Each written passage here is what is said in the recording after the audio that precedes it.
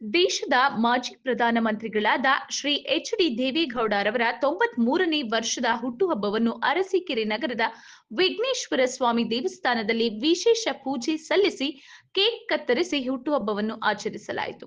ನಂತರ ನಗರದ ಸರ್ಕಾರಿ ಜಯಚಾಮರಾಜೇಂದ್ರ ಆಸ್ಪತ್ರೆಗೆ ತೆರಳಿ ರೋಗಿಗಳಿಗೆ ಹಣ್ಣು ಹಂಪಲು ವಿತರಿಸಲಾಯಿತು.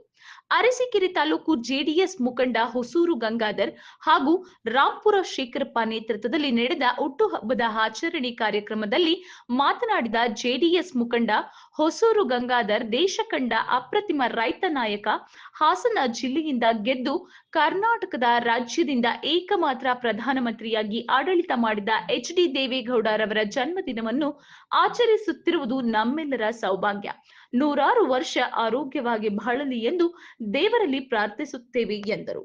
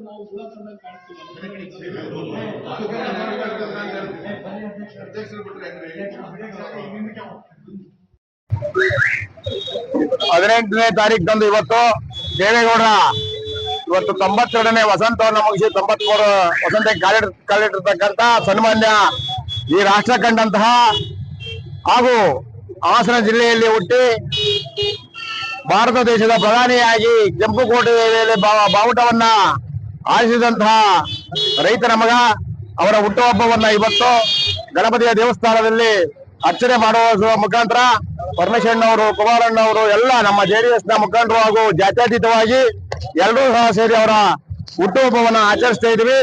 ಅವರಿಗೆ ಶತಾಯುಷಿ ಆಗಿ ಬಾಳ್ಲಿ ಆ ಗಣಪತಿ ದೇವರು ಅವರಿಗೆ ಆಶೀರ್ವಾದವನ್ನ ಮಾಡ್ಲಿ ಅಂತ ಹೇಳ್ತಾ ಆರೋಗ್ಯವನ್ನು ಕೊಟ್ಟು ಕಾಪಾಡ್ಲಿ. ಮುಂದಿನ ದಿನ ಇನ್ನೂ ಹೆಚ್ಚಿಗೆ ಅವರ ಸೇವೆ ನಮ್ಮ ದೇಶಕ್ಕೆ ಹಾಗೂ ರಾಜ್ಯಕ್ಕೆ ಹಾಗೂ ರೈತರ ಮಕ್ಕಳಿಗೆ ಇನ್ನು ಬಹಳ ಬೇಕಾಗಿರೋದ್ರಿಂದ ಅವರ ಏನು ಆಸೆ ಇದೆ ಆ ಆಸೆಯನ್ನ ಈಡೇರಿಸಲಿಕ್ಕೆ ಅವರಿಗೆ ಆ ದೇವರು ಆರೋಗ್ಯವನ್ನ ಕೊಡ್ಲಿ ಅಂತ ಹೇಳಿ ದೇವರಲ್ಲಿ ಪ್ರಾರ್ಥಿಸ್ತಾ ಅವರ ಹುಟ್ಟುಹಬ್ಬವನ್ನು ಆಚರಿಸ್ತಾ ಇದ್ದೇವೆ. ಹಾಗೇನೆ ಇದಾದ ನಂತರ ಸರ್ಕಾರಿ ಆಸ್ಪತ್ರೆಯಲ್ಲಿ ಇರ್ತಕ್ಕಂತ ಎಲ್ಲ ರೋಗಿಗಳಿಗೂ ಸಹ ಅವರ ಸೇವನೆಗೋಸ್ಕರ ಹಣ್ಣು ಹಂಪಲನ್ನ ವಿತರಣಾ ಕಾರ್ಯಕ್ರಮವೂ ಸಹ ಇರ್ತದೆ. ತಾವೆಲ್ಲ ಅಲ್ಲಿಗೂ ಸಹ ಮಾಧ್ಯಮದವರು ಎಲ್ಲರೂ ಬರಬೇಕಾಗಿ ಮನವಿಯನ್ನ ಮಾಡ್ತಾ ಆ ದೇವರು ಅವರಿಗೆ ಆರೋಗ್ಯವನ್ನ ಕೊಡ್ಲಿ ಅಂತ ಹೇಳಿ ಈ ದೇಶದಲ್ಲಿ ಅವರು ಮಾಡಿದಂತ ಹಲವಾರು ಕಾರ್ಯಕ್ರಮಗಳು ಹಾಗೇನೆ ಮುಂದುವರೆದುಕೊಂಡು ಹೋಗ್ಲಿ ಅನ್ನೋ ಅವರು ರಾಜ್ಯದ ಮುಖ್ಯಮಂತ್ರಿ ಆದಂತಹ ಸಂದರ್ಭದಲ್ಲಿ ಎಲ್ಲ ಸಮಪಾಲು ಅನ್ನೋ ರೀತಿಯಲ್ಲಿ ಎಲ್ಲ ಸರ್ವ ಜನಾಂಗಕ್ಕೂ ಸಹ ಮೀಸಲಾತಿಯನ್ನ ತಂದುಕೊಟ್ಟಂತ ಯಾವುದೇ ರಾಜಕಾರಣಿ ಇದ್ರೆ ಅದು ಮೊದಲು ದೇವೇಗೌಡರು. ಹಾಗೇನೆ ಮಹಿಳಾ ಮೀಸಲಾತಿ, ಸ್ಥಳೀಯ ಸಂಸ್ಥೆಗಳ ಚುನಾವಣೆಗೆ ಮಹಿಳಾ ಮೀಸಲಾತಿಯನ್ನು ತಂದುಕೊಟ್ಟಂತ ಯಾವುದೇ ರಾಜಕಾರಣಿ ಇದ್ರೆ ಅದು ದೇವೇಗೌಡರು ಅಂತ ಈ ಸಂದರ್ಭದಲ್ಲಿ ಹೇಳಲಿಕ್ಕೆ ಬಯಸ್ತಾ, ಹಾಗೇನೆ ಅವರೇನು ಇವತ್ತು ರಾಜ್ಯದಲ್ಲಿ ಇರ್ತಕ್ಕಂತ ಎಲ್ಲಾ ಪಕ್ಷದ ಮುಖಂಡರುಗಳು ಇವತ್ತು ಏನು 34 ಜನ ರಾಜ್ಯದಲ್ಲಿ ಮಂತ್ರಿಗಳಿದ್ದಾರೆ, ಹಾಗೇನೆ ಮುಖ್ಯಮಂತ್ರಿಗಳಿದ್ದಾರೆ, ಎಲ್ಲರೂ ಸಹ 24ರಿಂದ 25 ಜನ ದೇವೇಗೌಡರ ಒಂದು ಗರಡಿಯಲ್ಲಿ ಬೆಳೆದು ಇವತ್ತು ರಾಜಕಾರಣಿಗಳಾಗಿ ಇವತ್ತು ಮಂತ್ರಿ ಸ್ಥಾನ, ಮುಖ್ಯಮಂತ್ರಿ ಸ್ಥಾನವನ್ನ ಅಲಂಕರಿಸಿದ್ದಾರೆ.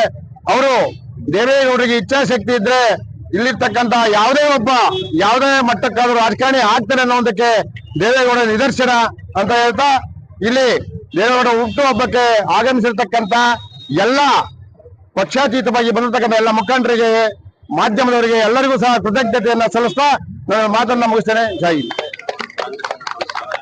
ಈ ದಿವಸ